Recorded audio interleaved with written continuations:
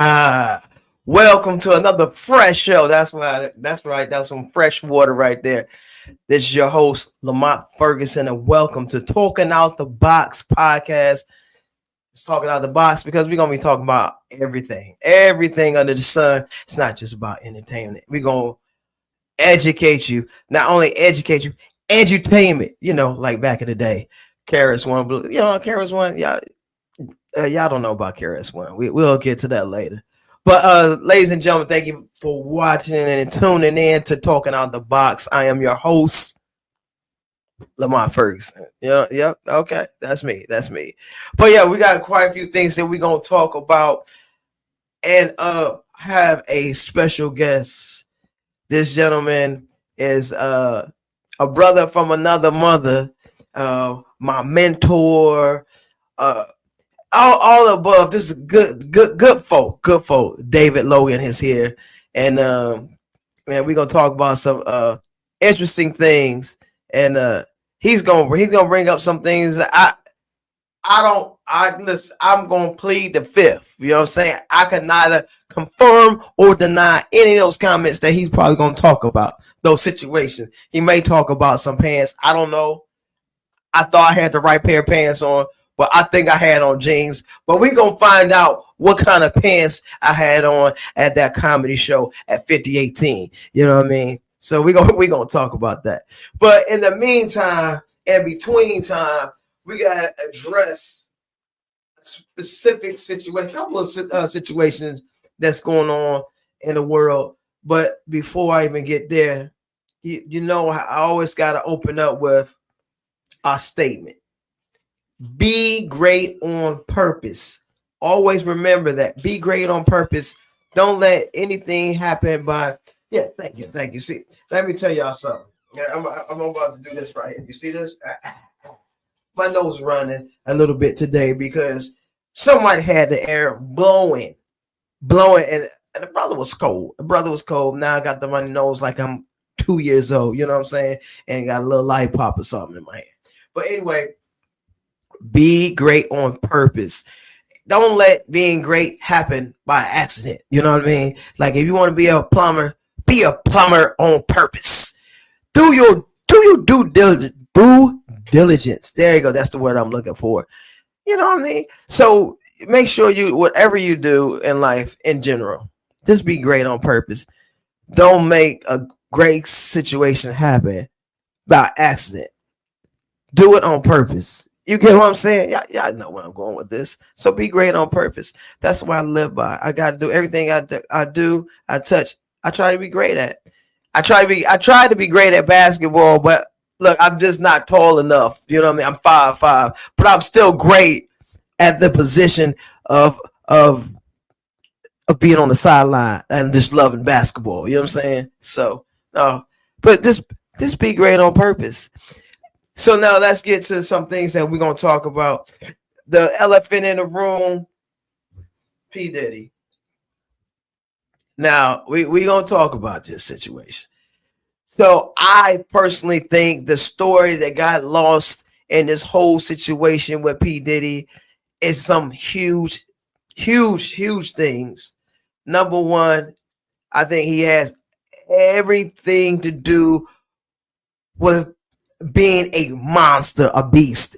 Because listen, the way he beat on that girl, Cassie, in the hallway, drug her, all that stuff. So Cassie's story, and I still believe this to this day, her story really got lost in all the oil.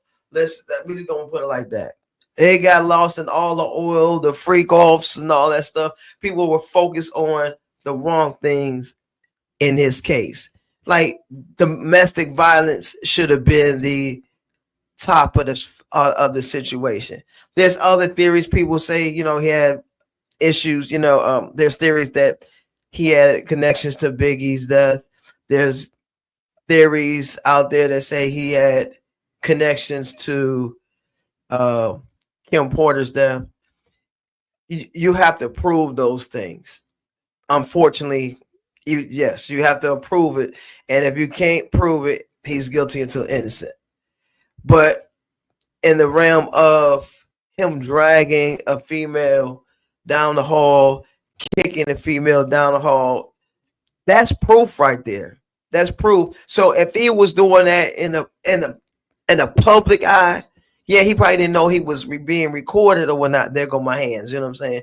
I talk with my hands, but he didn't know he was being recorded. But however, you don't know who's walking down that hallway. So if he's willing to do something on that level, what is he doing behind closed doors? How many females is he beating on? Manipulating, because he is a man of power. So a lot of females are what else to say? Scared to leave a situation, even with the average Joe that don't have the money. You know what I'm saying? Don't have the money. If they don't have the money, if they're involved in a domestic situation, they're afraid to leave. You know what I'm saying? I see it in firsthand. So she might have been one of those ones that was afraid to leave. But in the court eye, that should have been the issue at hand. The oil and the freak offs and all that's foolishness, because that's consenting adults. They participated in those activities, but they also said that he was drugging people too. So if they can prove those situations where he possibly was drugging people, then that's a whole different Bill Cosby situation. They threw Bill Cosby in jail. The man can't see. They still threw the old man in jail because they was giving them people Jello pudding pops. These people coming out from the 70s, the 60s, or whatever. But with this situation, I think it's a whole different thing. You didn't see Bill Cosby beating these people. You know what I mean? So you have they're going by their word or whatnot. But neither here nor there.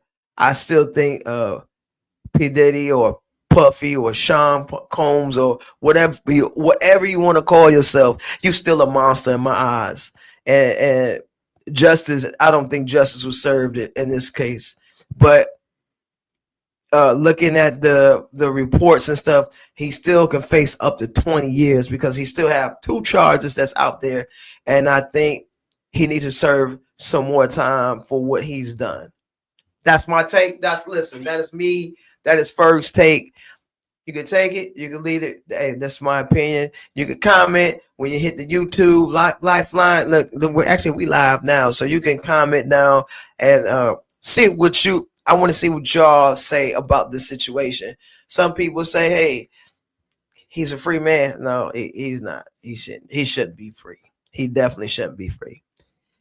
The next story on the table is this. I want y'all to come in close. Yeah, look a little bit closer. I want y'all to lean in on this one. There's a situation. This is a pop the balloon scenario. My man Art, I'm gonna have him pull it up. But we gotta watch this clip. I want y'all feedback on this pop the balloon situation where the young man said something about the girl's hair. He didn't like the black girl's hair. But he didn't say, I don't like the black girl's hair. He said that the reason why he didn't choose her is because he didn't like her hair. Hey, Art, you got that clip for me so we can play that? Boom, man, Art, when he pulled that up. Here, I want y'all to check this out.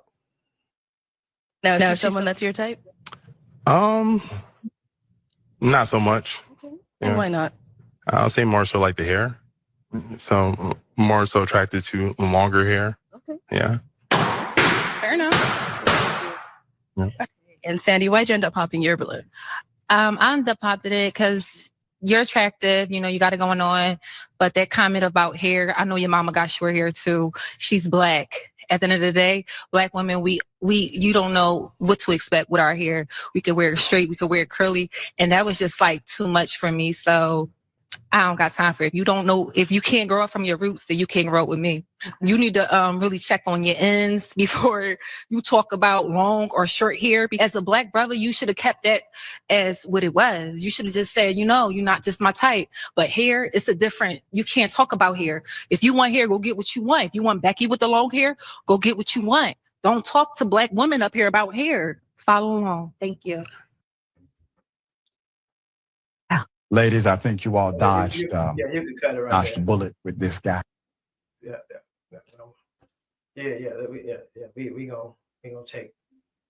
We gonna drink a little water this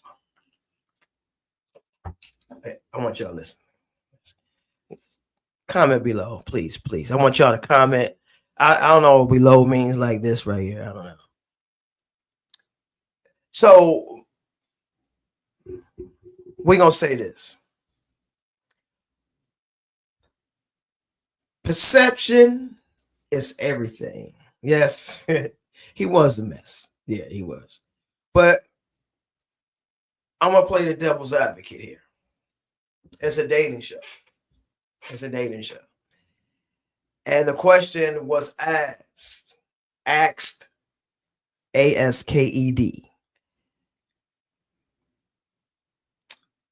Why did she pop the balloon?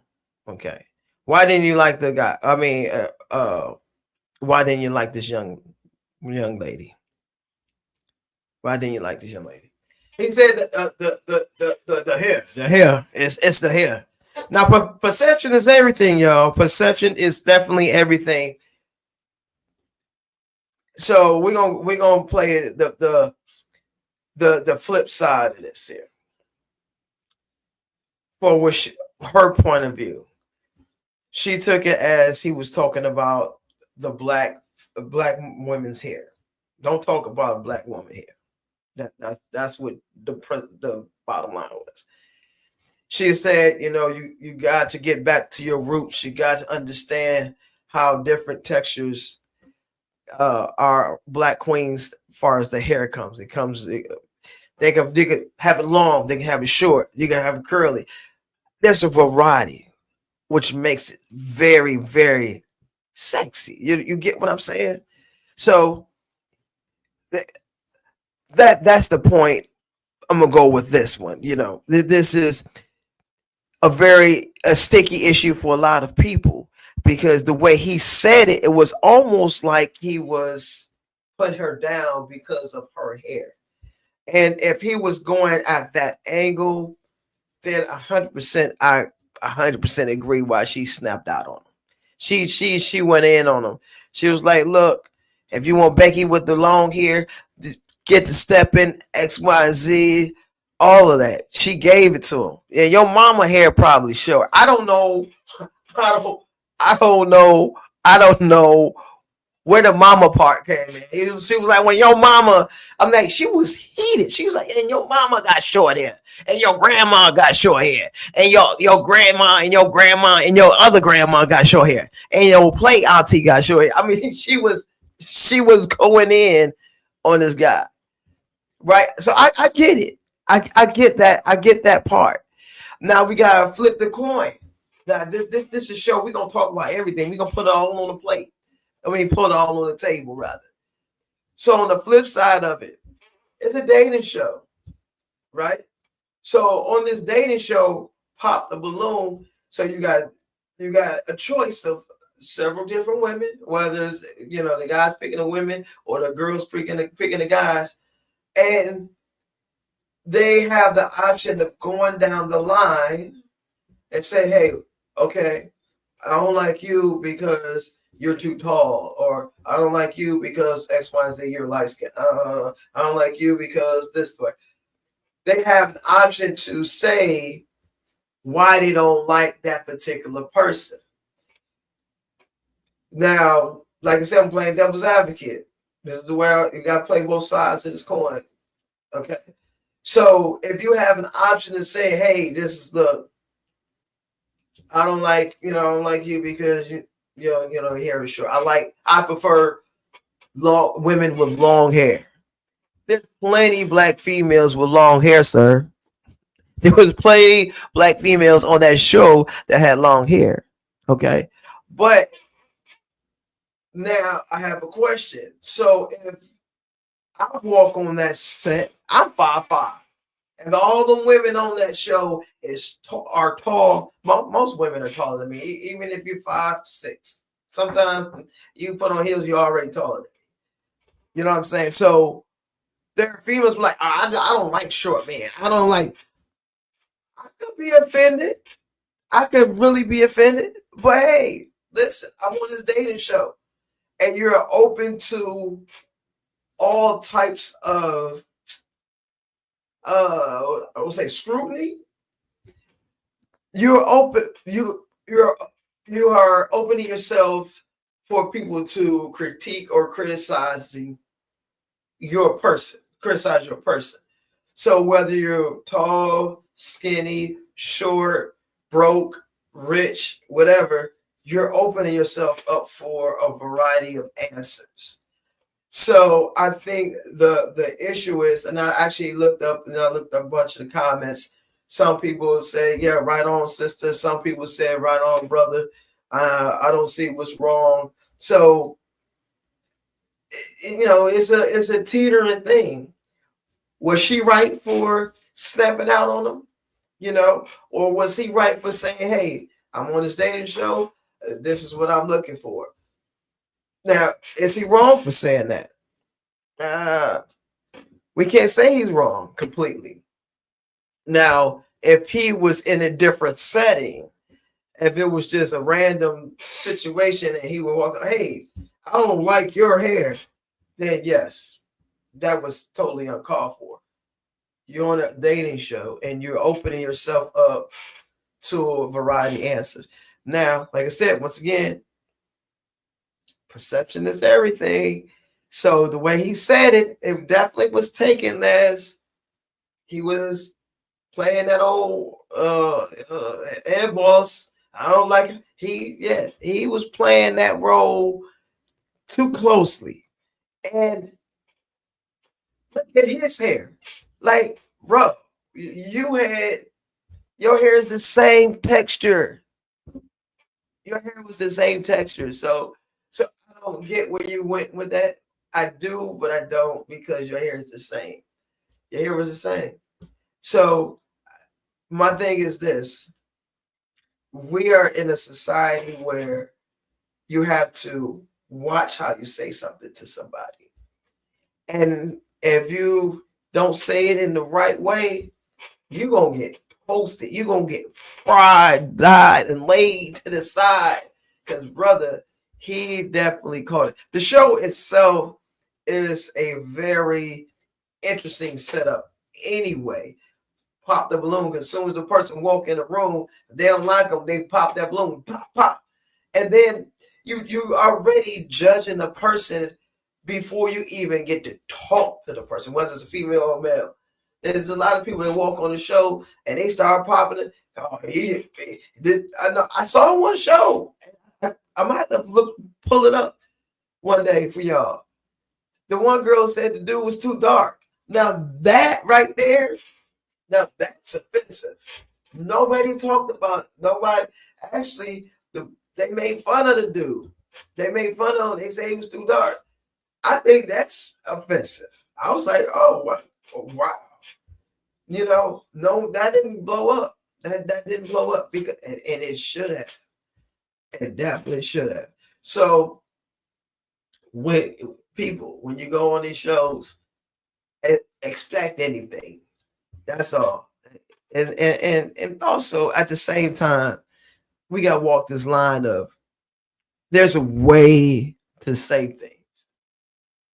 There's definitely a way to say things because the way he said it, it went down the avenue of why she responded the way she did because it was like you wanted Becky with the good hair. That's the way you sounded, like Django type thing. But bro, next time, I think your spot has been blown up because you were everywhere, and now ain't nobody gonna date you, bro. Them sisters ain't gonna even mess with you. So you might as well go ahead and look for Becky with the good hair. All right, and now the last thing we're gonna talk about is the political world right now. We're gonna talk about the political world right now. We're in trouble, America. We are in trouble. This bill that just our so-called president passed has a lot of stuff in there that will hurt America. it will hurt America big time. And one of the big things that I'm not gonna rag on the whole thing, but one of the big things is Medicaid. It's gonna hurt, and they're gonna dig into that, and they're gonna cut it, and it's gonna hurt a lot of people, a lot of hospitals that I was watching the news the other day. The hospitals, they're gonna be hurt. A lot of entities going to be affected by this big beautiful bill, and which is it's a horrible situation. And then let's move forward towards this immigration situation, and then we're gonna have to get my boy Dave in here. But the immigration situation is out of control, y'all. Out of control. It's not this. It's not cool no more. It's out of control. Like they are right now continue to target not just what they were supposed to be targeting, the criminals. They're not targeting. They're targeting any brown person, any person that's not from the United States, that don't look like the said people. I'm gonna say that they don't look like the said people, and they're getting pulled and deported and stuff like that. And they going up in graduations. They running up in courts. They doing all kind of crazy stuff. And then ultimately, I saw a little headline. It was a little headline, but it's a powerful statement that the leader of this country plans to even deport people that's not an immigrant. If they deem that you are dangerous in their eyes, they're planning to deport you. So you can be an American citizen. You could be a citizen of this here country, and he plans to deport you if he feels that you are violating the law of some sort. We are in a world of hurt right now. That's what I'm gonna leave it. And when you have a situation like that, you gotta stay prayed up. You gotta stay prayed up. You gotta get ready for a situation that's coming down the pipeline. You gotta stay prayed up. You have to be ready. You ain't got time to get ready. You just gotta be ready, because they coming, and what they doing to some of the politicians that they don't even agree with, they trying to lock them up. Now the president and his boy, they bickering now. He planning to deport him. Like, what about your wife, bro? What about your wife? She ain't from here. You gonna deport her? But we're in a situation where what we need, and this is a perfect segue, because of all the chaos from the Diddy trial to the president of the United States, all that, we need comedy. We need lots of laughter, because laughter is the best medicine for our soul right now. Yes, you got to stay prayed up. Also got to laugh. And our next segment, listen. I don't think y'all ready. I don't think y'all ready. I mean, because this guy, he has been tearing mouths out. Well, I don't know. I got to say no Diddy on that. I don't know if I'm supposed to say tearing. Listen, he is a funny human being. He's a humble human being. Now, my question, people, that before I even go into the commercial break and bring my guy out, listen, are you supposed to say humble or humble? Because I see the H, but I hear people say humble. Humble yourself before the Lord.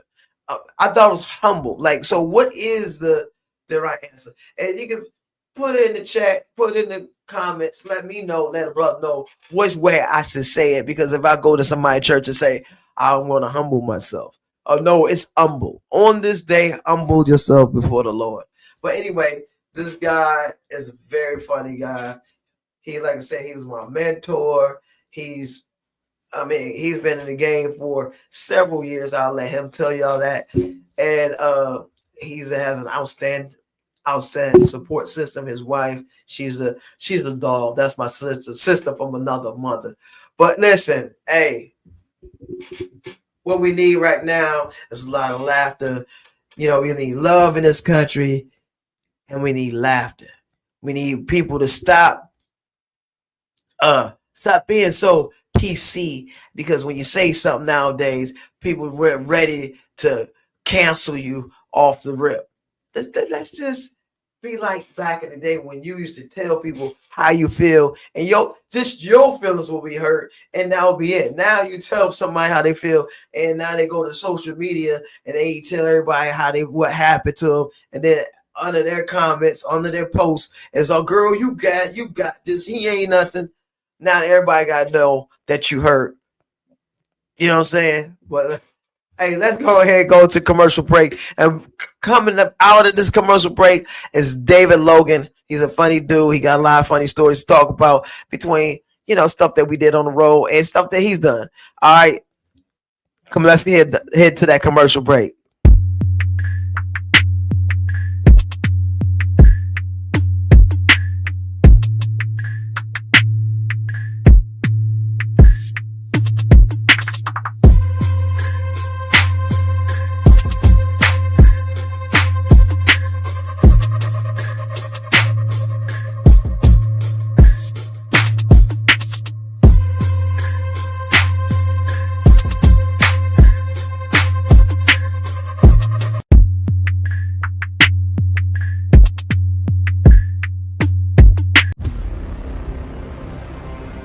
We had to make some tough decisions.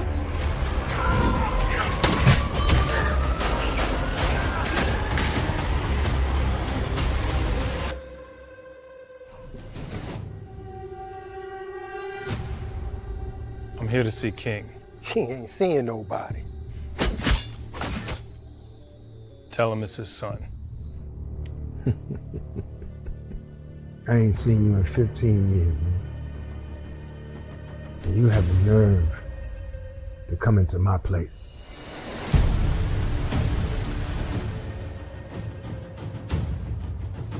Man! Somebody took Lisa.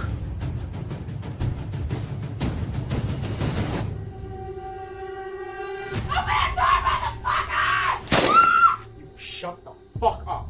So you come here thinking that I know who did it? Nothing happens in this city without you knowing about it. King says you guys are father and son. Depends on your definition of father. So you got sent to the principal's office because you were getting smart with the teacher.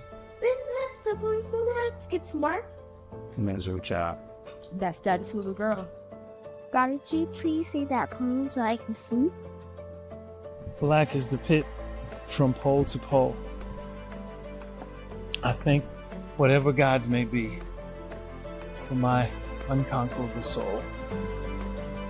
Then why should I help you? You roll me. It matters not how straight the gate, how charged with punishments the scroll. I am the master of my fate. I am the captain of my soul.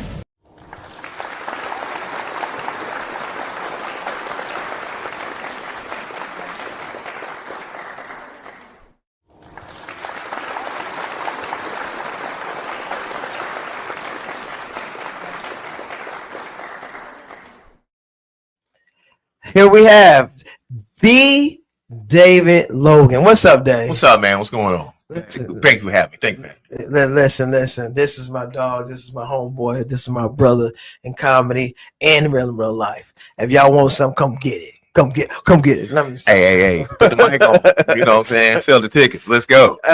So we got a lot to talk about, man. I know we got about 30 minutes or so. But listen, who is David Logan? I know who you are. They don't know who you are. David Logan is a Youngstown, Ohio native. Started his comedy career, Hilarious Comedy Club, when I was 19. I'm 51 now. I didn't have no gray hair then.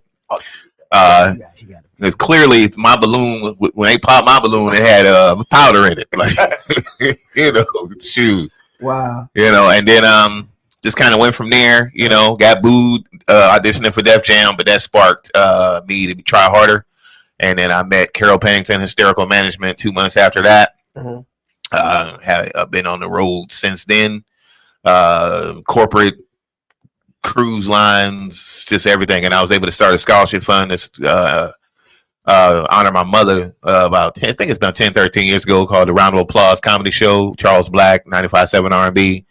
Went home and then toured there. You know, you was with me then when I toured there, and then a lot of stuff for the veterans, VFW, and things like that. So just being blessed, man, over the 26-year career of being on the road from there. Very humble. I don't really put it out there what I do. Now, is it humble or humble? It's called appreciate your blessings when you are black, you know, and come from the black church. Appreciate your blessings. God has blessed you. Right. Yeah. You know, humble sound like pie. So. Humble pie. Humble sound like pie. So, you know. So you been on the road, like I said. I know you. They don't know you. So you've been on the road. Who have you worked with? Right.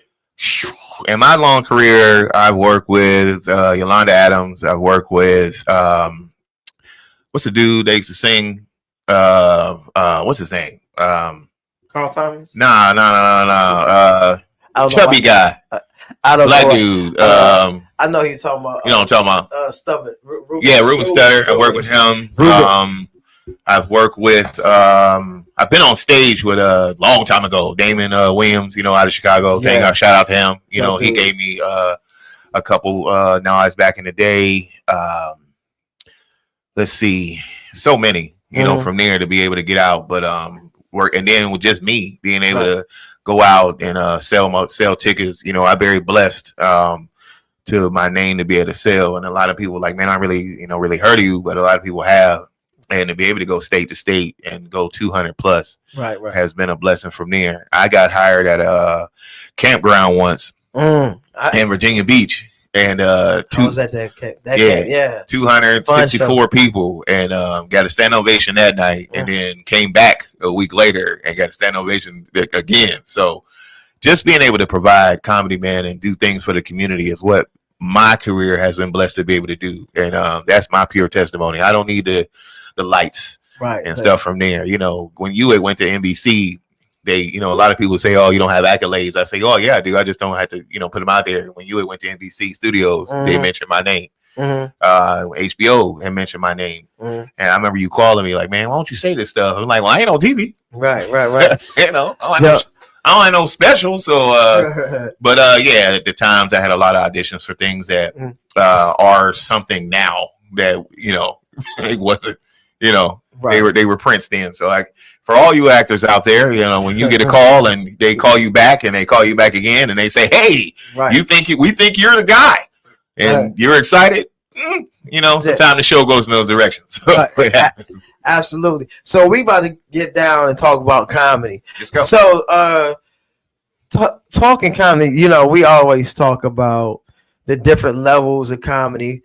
And so like right now, so it's really always been about butts and seats, but now you got a lot of Diddy in you tonight. Butts and seats, but no Diddy. Hearing people out their mouth. What's going on? No Diddy right there. But like now, it's like as long as you have a following, you can go to any comedy club now. How do you feel about that? Like I kind of feel like I get the business side, but I felt that it kind of taken away from comics that's actually working the craft to get that. Well, you got to understand this: comedy is a business. Yeah. So whatever is selling the tickets is what the comedy club is going to go with. Right. If you working on your craft, you ain't ready yet. If you building your minutes, you ain't ready yet. You ain't ready to get called and say, "Hey, come headline." You know, the Funny Bone, come headline. Kazi's. You know, if you got an hour and 25 work of crowd work. Okay, well, you know, that'll work for a minute, and after a while, you wonder why the phone stopped ringing. So, right. You just kind of go from there. So it doesn't really matter in the sense of comedy. You know, the only thing that could hurt the business is the comedians. If they stop because somebody got 1 million views and they decided, well, I'm out. You know, you wasn't built for it. Right. You know, time is what it is. You know, now when these guys that are going viral finally get on the stage. It's a different monster. You know, you can go viral. You can go viral all day long. And then when the people come see you and they boo you, you realize you should have wrote something down in there that you practice. So the comedy gym will never go nowhere. Right. Because I know, if a comedian ever tell you that they never got booed, then they ain't telling. They ain't. You ain't in the gym. You ain't in the gym. If you've never gone to a show, I can tell you. I'll tell you this. The worst thing. One of the only times I got booed was in Cleveland, Ohio. I did a show. I was 2-3 years in, getting trying to get booked, and an old man took me around. He was a comic, and he took me around some spots, and I was real blued in. I don't cuss as much now, but I was real blued in, as they say. And he this for the clarity, blue means you cuss a lot. Yeah. For the people that don't know comedy, they be like blue. Yeah, blue mean you cuss a lot. You can talk about the color, and it's derogatory into the mug. So he sent me somewhere. I was like 20. He sent me somewhere at a bar, and was like, "Yeah, man, do this bar by yourself." So I happened to go to the bar. They had a live band, and I got up there and let the words fly. And then I saw a lady at a bar, and I made fun of her dress. So the entire bar started to boo me.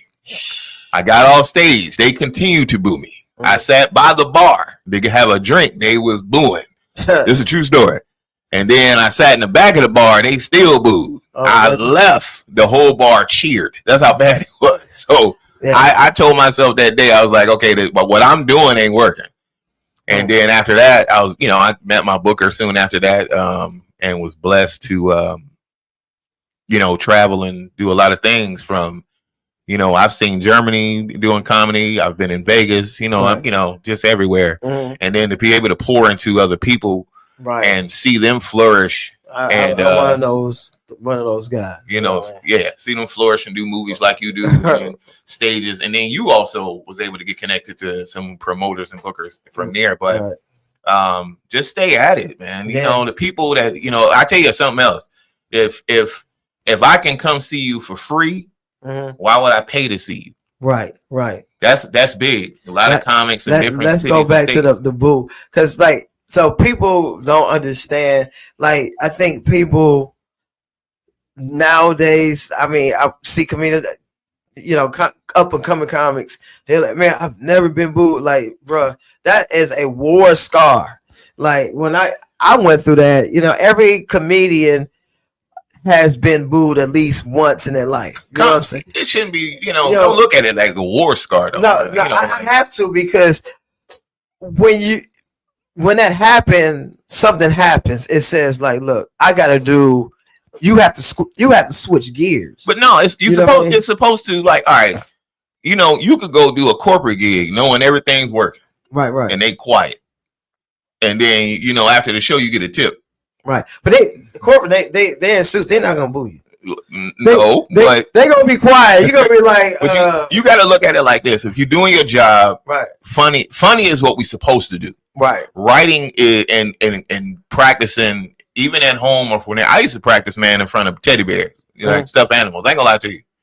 So I had a mirror after that. Diddy. From there. And we ain't had a baby oil. Oh, that would be nasty. I had a wooden spoon in my apartment as a microphone back in the day, because these microphones were expensive, back then. Right. You get them on the internet. You can go to Five and Below, get a microphone. Facts. Now wasn't no Five Below back then, but no, you just got to continue and grind out, like from there. The people don't, when you see clips of now comics on stage and they getting laughter, no comic's gonna put a clip of them having a bad night. No. Let's talk about that then. Let's go to that segment of life we're in right now, right? Because like you said, the key thing is, yes, you might be viral. Who's going to put a bad clip on there unless it's a sketch? You get what I'm saying? Nobody's going to put a bad clip up there. They need to. The reality is this: if you run around with two friends, got a cape on your back, and that go viral, whatever you're doing, or if you got your kids on your lap and you're hiding them under your shirt, things like that, then all right, cool. But that ain't going on stage with you, right? What are you talking about? What are the people connecting to? Because these days people just you on Instagram 35 seconds, 5 to 30 seconds, and that's it. Man, I look at the viral moments, Instagram, like social media is good. It's a gift and a curse. The gift is it allows you to connect with people that you probably wouldn't have not connected with anyway. That depends on how you look at it. You know what I mean? But far as the flip side of it, people get a false sense of who that person is until they go see them live. Well, you ain't who you is on the internet. Right. You somebody else. Right. They don't when they come see David Logan, they come to see David Logan. You ain't on the internet going, oh my God, he flipped over 6 cars. I'm not doing that for 45 minutes to an hour on stage. Right. Nah. You ain't gonna laugh and pay attention that long. Right. What you'll laugh at is whoever left some alcohol or some sweat up there and I flip and break my neck. That's going viral then. From there. So I mean, look at you're a comedian, just be a comedian. Mm-hmm. If you're not a comedian, go ahead and bag groceries or work at the post office. I'm just saying, whatever you do, be great at it. It doesn't matter if somebody's viral, whatever. If people I've never had a problem selling tickets. Mm-hmm. I'm just gonna be honest with you, because I believe in what I am and what I'm saying to the people. You just got to look at it like that. Right. From there, don't be a gimmick. Mm-hmm. Be talented. Right. And you wait for that nod. So what's the difference? What's the difference? We gotta be transparent, especially these cats that's coming up. Being a gimmick is flat out going out there and just being kind of what they call a buffoon back in the day. Right. From there, you a gimmick. Without that gimmick, you don't exist. Mm-hmm. If you and you letting the people know what you got to say in this and the third and what you writing and what you putting out there, right? Then they'll come back and see it, and they're not going to a bar the next day watching it for free. Right. From there. So that's just, and I'm not, it's no hate to no bars or none of that. Just understand that, your product is worth, some money. Right. Make people understand that I'm getting dressed to see you. I remember doing, we used to rent out the Cinema Cafe before they re-renovated it. Yeah, that was fun time. And I think they had 165 seats plus. Mm-hmm.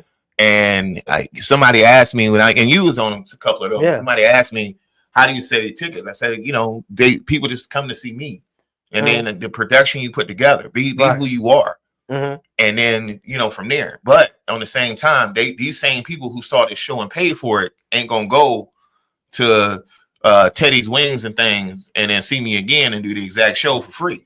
Right. Give them the quality. Practice one thing, give them the quality after that. Give them the show. So what made you just do comedy? What made David Logan say, you know what? I'm gonna do comedy. Bruh, no, it did not. You didn't have a regular job? No, yeah, I did. I worked at a Dairy Mart in Cleveland. Okay. At the time. And I was waiting on an old lady. And remember, there were phone books around back then. For those that don't know what a phone book is, it was a big old yellow book with everything in everything. It was our Google back in the day, right? And you had to pay extra if you didn't want your name in the phone book. Like, how come we can't just flip 45 pages trying to find one dude? I want to know where Lamar is. That's just how it went. Right. So, the old lady was buying some orange juice, and I wasn't trying to be funny. I just was like, hey.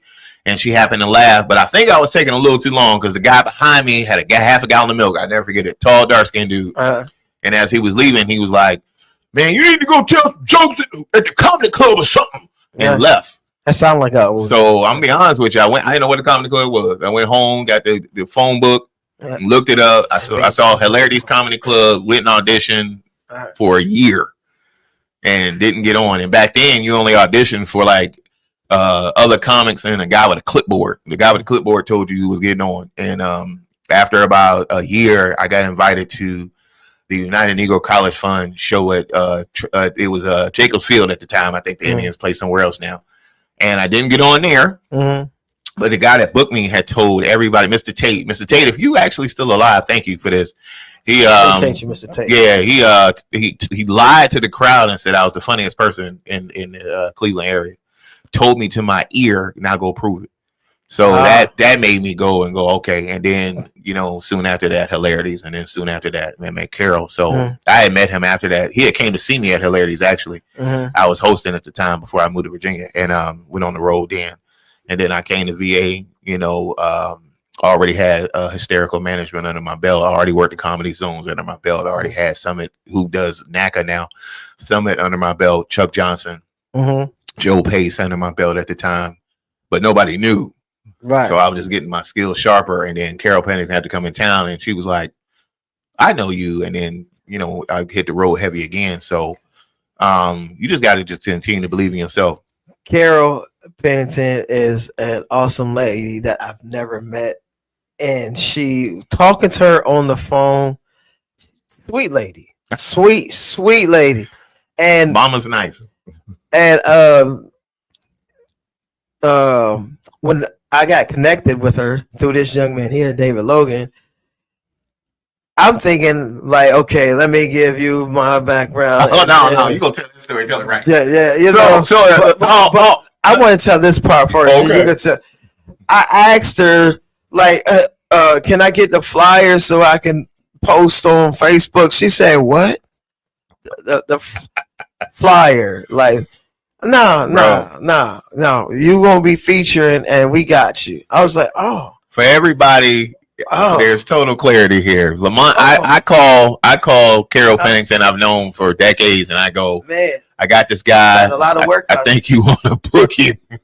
So Lamont I tell Lamont, all you gotta do is call and just give your name and email address. That's it. I was giving all back. Lamont called, gave his email address, life history, how many kids he had, his blood type, what his color of his house was, how many cars broke down in his life, how long he went to college. I'm like, what are you doing? So she happened to just tell him to be quiet and said, I'm booking you because David called. And I'm like, when he called me back, he was like, man, I don't think she messing with me. I was like, bro, all that wasn't necessary. Right. And the funny thing about that, the first time I did a show, it was in Ohio, and I was like, okay.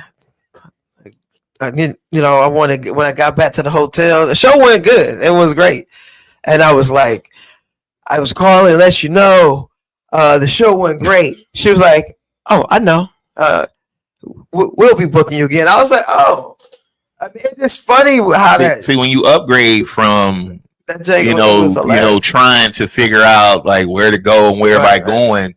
That's another thing. Get away from clicks. If you're a comedian, don't be in a click, because if you don't do that. Right. So when you upgrade to getting stuff like that and beyond, right. There's no need. You don't need that. They do that. Yeah, I worked. Yeah, and a lot of rooms for her. Right, and then because it's already they there. These people already know you coming. These are comedy clubs that they know. Like Marietta Comedy Club in Ohio is a good one. She used to have the Ramada in West Virginia. That was one of the best rooms. You did the casino, right? I've done all her casinos. Man, Willing. Was that Winning Comedy Club? You got Wheeling. That was fun. In the 90s and early 2000s. She had them in Detroit. Okay, Upper Michigan. So you had Mackinac Island. Yeah, that was a 6. That was a 6.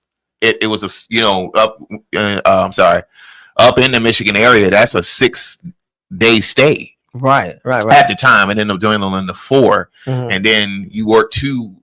Forget the I forget what part of Michigan below that. Well, because you got let's see, if you're from Michigan like I am, and you put your hand up like this, and it's like with me, I say I'm from Detroit. That's right there. Right. But Mackinac is up here. Mackinac Island is up there. So that's about a 4 hour. That's long. But then she had rooms on the way down. Rooms on the way there. And I did, there are comedy clubs you hit in between. So just like I said, when you get that blessing, man, and be able to just go from there, you just keep going. Comedy is like a wonder wheel. You can never get off. Right. Now, also the key thing to this is when somebody recommends you, you gotta take that serious, and you can't be like, oh, okay, well, this is it in the bag. You gotta do your part too, as the comedian, because whoever referred you, they going off of, okay, hey man, Ferg, or hey Dave, man, you told me about this guy first. He was horrible on stage. It's not just about on stage; it's off stage too. You gotta be professional. Period. It's a job. Period. You gotta show up on time. Right. Be early. Do the radio promos. Go from there, and then be professional all the way through it. Here's the thing. Right. I was never recommended to her. I already knew she existed. I just wanted to meet her. So the funny story behind that is she had a ski lodge that she would do. I want to say this is in West Virginia as well, but it's not around anymore. Right. And Dan Nemeth, a guy named Doug Million, Dan Ellison plays into this somewhere too. Dan Ellison was around heavy then from there. But we had we're sitting at a table, and it's Doug Million, me. Doug Million don't do comedy anymore, and Dan Nemeth is on stage. Nesmith, if I'm saying his name correctly. And she's sitting. I don't remember. I've never met her. Right. So she's sitting there. And for all y'all, this is before social media. And she said, "You want to meet Carol Pennington?" I was like, "I'd love to meet her. Who are you?" And I told her who I was, Senate Third. And she said, "Well, all right, we'll pass her your number along." And then the next day, because it was a 2-night show, the next day we get up and go to breakfast. Right. She happened to be sitting and Doug me and sat down, and who already knew who she was. And she said, "Do you still want to meet Carol Pennington?" I said, "Yes, I would like to meet her." And she put her hand out. That's a funny story. That's how I met her. Classic. That's how I met her. It wasn't like an intro from there. That's how I met her. So definitely want to make sure that you just know where you are, because then that blessing ended up being something that spanned over 20 years, and they have a lot of recommendations. Well, also about part of that professionalism, when you go to the club, whether it's a club, bar, whatever, make sure you get something to eat and make sure you tip the waitstaff. Right. So you don't want to be a jerk to the waiter or waitress or anybody, because a lot of people say, well, I had enough, I didn't have enough money to get this or get that. Buy something. Even if you gotta buy an appetizer or get something to drink or whatnot, and then make sure you tip your wait staff, right? Make sure you tip your wait staff and not be a jerk. Don't leave like no coins. Give them a nice tip, because what happens is from that point they will let whoever booked you for that location, they will pass that information on and be like, "Yo, this person is a jerk. Don't have them back." You know what I'm saying? So he's booking himself. He got a booking going on right now. So you got to just be cautious, not be cautious, be patient. Like when you're working with Dave, you don't know what's gonna happen. He might have a cat in his pocket. No. Sorry, interruption. I just had it. I'm picking with you. I'm just picking with you. But yeah. So you gotta treat your white staff. Just do the job, and from there, keep it light. But at the same time, just understand what you got to do, and then just keep going from there. Like I said, comedians out there, just do what you do, and then go from there. What are some more of the do's and don'ts for the up and coming? Well, here's the don'ts. Don't piss off. Don't piss off who book you. Don't piss off the crowd. Don't piss off the booking agent. And here's the secret: the guy that books you, and the guy that runs the comedy club at a room, that's not the person you want to impress. One of them wait staff ladies is watching you, and that's who reports back. And then go from there and get that done. So that's how it kind of works out. Right. At that same point, I don't want to cut it short because I definitely got to take care of something real fast. But I'm definitely blessed to be here. Everybody out there, just understand, just continue to kind of work hard and get that done, and continue to just thrive in what you're doing. But some of the dudes, just keep writing, keep believing, keep understanding, keep grinding. Let the people pay to see you. Right. If I could come see you for free, I won't pay $20 to see you from there. Comedy clubs can't make you. That's just, and it's hard to hear that. Comedy club, you can go to them, glad to get booked at them, but they don't build you. You build you. Right. And that's saying about social media and go from there. You build you and believe in what you're doing, and then keep it going. Lamont, I got to kind of cut short, man. I got a call I got to take care of. Okay. But all love. Thank you to everybody for having me. You know what I'm saying? And we're going to just keep going and keep it going. And in short, realize this. If you are a comedian, you're a comedian. You know, you don't need to curse the crowd out or go from there. You just need to just give them and deliver you and allow yourself to build. Right. Allow yourself to build. You know, don't get one night at an open mic and then like, you know, people laugh and then you done made it. You the next Kevin Hart. It doesn't really work like that. So let's continue to build from there. Thanks y'all for having me. Lamont, my guy. Right. Love you, man. Let me go ahead and get to it. Okay, so we're gonna go to commercial break. Thanks for coming. Always, baby. Always. All right. Appreciate it.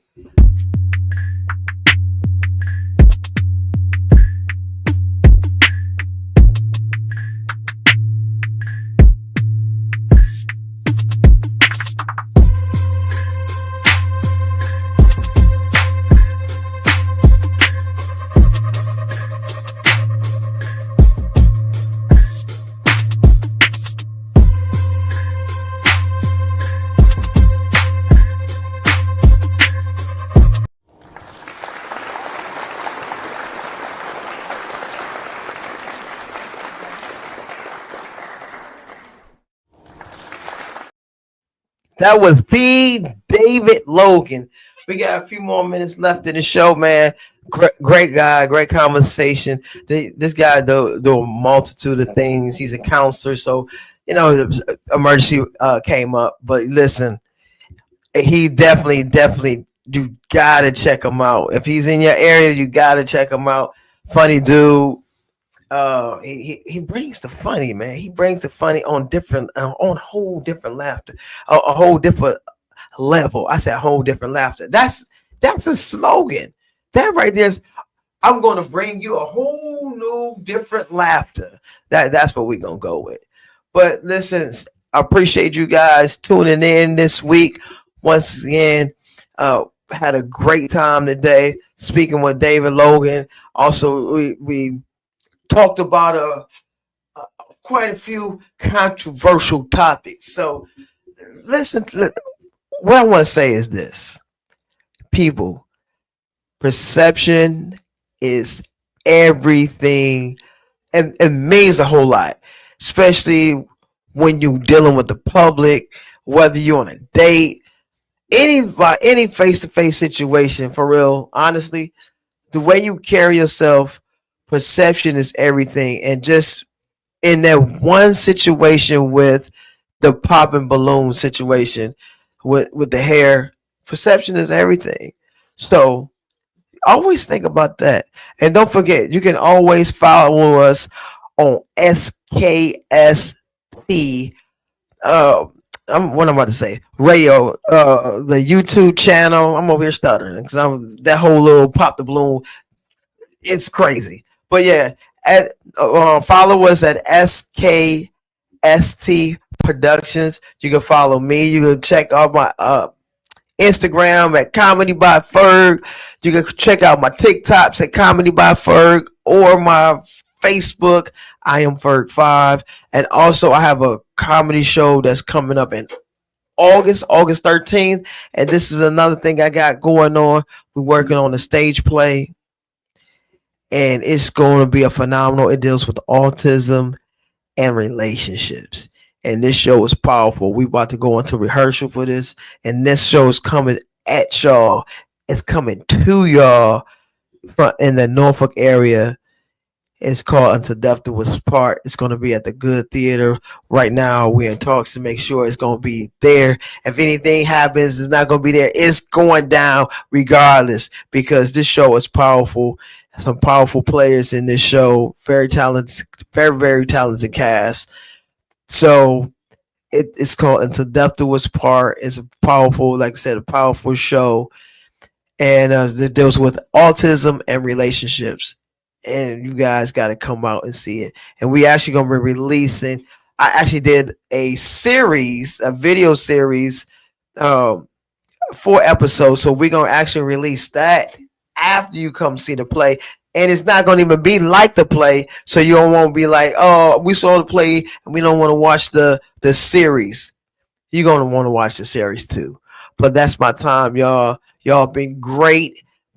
Thank you for tuning in to Talking Out the Box Radio. Don't forget, be great on purpose, be intentional. You guys have a great night. God bless.